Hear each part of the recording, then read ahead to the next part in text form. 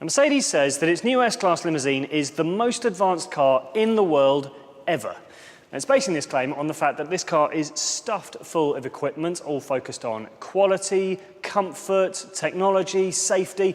In fact, it says it should even be able to drive itself. Now, these are very big claims, and we've brought a group of What Car readers along to put them to the test. Having looked at the pictures online, having read the various magazines, seen the spy shots, it's everything you want it to be, everything I wanted it to be.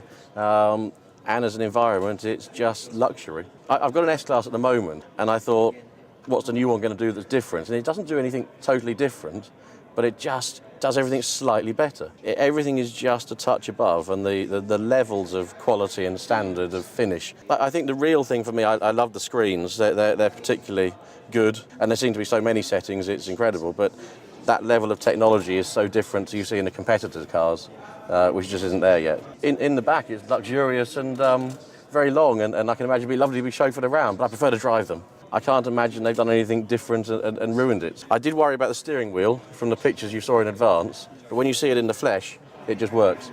I love the styling of it. They've kept the old styling with a few tweaks outside, which I think is going to conform to old S-Class owners who actually quite like a conservative modernisation of their car. Would I want the styling to be more radical on the outside? I don't know.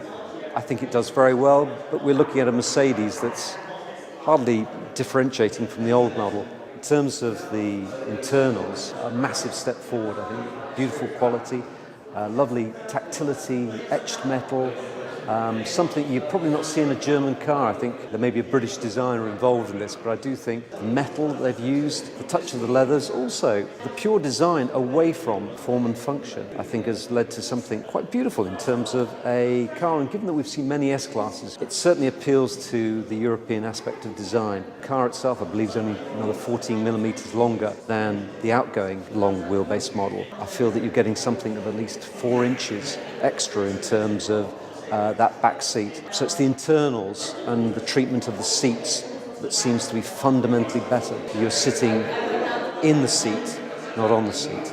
I mean, this is a hybrid version, the first S-Class hybrid. So this, I believe, is a 4-litre hybrid. The preview pictures hadn't done it justice. I think this actual model doesn't have an AMG pack on it. It already looks quite aggressive from the outside. The complete LED arrangement is phenomenal. I don't think there's a single bulb in this car that isn't LED, which is pretty impressive. Internally, I think it's very fresh. It's very innovative. You know, if you compare it to the previous S-Class, there is a huge change, while still keeping some of the trim from the previous model. So for owners that actually want to just upgrade, they kind of feel very comfortable that they know what they're upgrading to. Lumbar support to massages, to panoramic sunroof, and everything can all be done not only through the switches and gadgets around the car, but also through the navigation. I'm not so keen on the rear entertainment. I think it not being integrated in the headrest means that, you know, it makes it a little fussy at the back when it could have been cleaner lines. But I think the biggest issue here is you've got quite a large display at the front. I think for rear passengers, they wanted at least 10 or 12-inch screen. You can't get that in the headrest. So you either have to integrate it somehow or integrate it into the seat. The way they've incorporated the rear seats and the design of the interior from the front dashboard to the rear bulkhead, it's just brought the new S-Class to a whole new level. The attention to detail that Mercedes have done on this particular model, from the seat belts which incorporate the airbags, to the rear bulkhead, to the ambient lighting, this car's just set apart from anything else. My only criticism at the moment would be the design of the checkered seats, but that's an optional extra which is to people's choice. People will not only buy it to be sat in, but they'll also buy it so that they can drive it.